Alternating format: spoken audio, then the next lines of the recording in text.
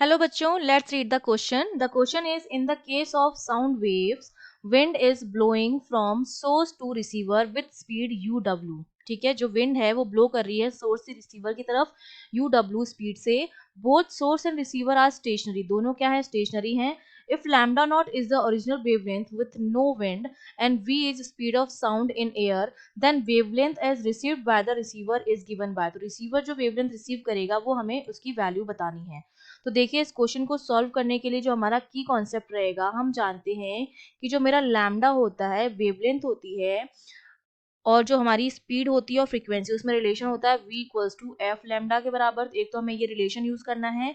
दूसरी चीज जो हमें पता होनी चाहिए कि जो स्पीड ऑफ साउंड होती है, ठीक है, जो हमारी वेलोसिटी ऑफ साउंड या वेलोसिटी ऑफ स्पीड जो होती है वो क्या रहती है, किसी भी मीडियम के रेस्पेक्ट में कांस्टेंट रहती है. तो इसका मतलब जो मेरी वेवलेंथ होगी, जो कोई भी रिसीवर रिसीव करेगा, वो स्पीड ऑफ रिसीवर पर डिपेंड नहीं करेगी. स्पीड ऑफ जो रिसीवर है उस पर डिपेंड नहीं करती है. वो किस पर डिपेंड करती है, only on the speed of medium. ठीक है, मीडियम में जो स्पीड है उस पर डिपेंड करती है, स्पीड ऑफ रिसीवर पर डिपेंड नहीं करती है. तो इसका मतलब जो साउंड वेव की वेवलेंथ होगी किसी भी ऑब्जर्वर के लिए वो सेम रहेगी जो वेवलेंथ हमारी होगी मीडियम में. ठीक है, क्योंकि रिसीवर की स्पीड पर डिपेंड नहीं कर रही है, तो साउंड वेव की जो वेवलेंथ होगी वो चेंज नहीं होगी फॉर एनी ऑब्जर्वर, वो सेम रहेगी wavelength of sound wave in medium. ठीक है, ये चीज हमें ध्यान रखनी है.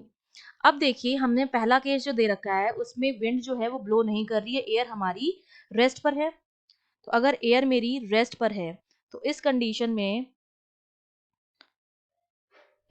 में मेरा जो v आएगा वो किसके बराबर आ जाएगा, v इक्वल्स टू फ्रीक्वेंसी और लैम्डा नॉट. ठीक है, तो ये मेरी इक्वेशन फर्स्ट हो गई जब मेरी नो विंड की कंडीशन है.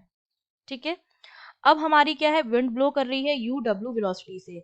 तो अब क्या होगा, टोटल वेलोसिटी हमारी कितनी हो जाएगी, v प्लस यू डब्ल्यू हो जाएगी, और ये हो जाएगा एफ लैम्डा डैश के बराबर. वेवलेंथ जो हमारी चेंज होकर लैम्डा नॉट से लैम्डा डैश हो गई है, तो ये हमारी हो जाएगी सेकंड इक्वेशन.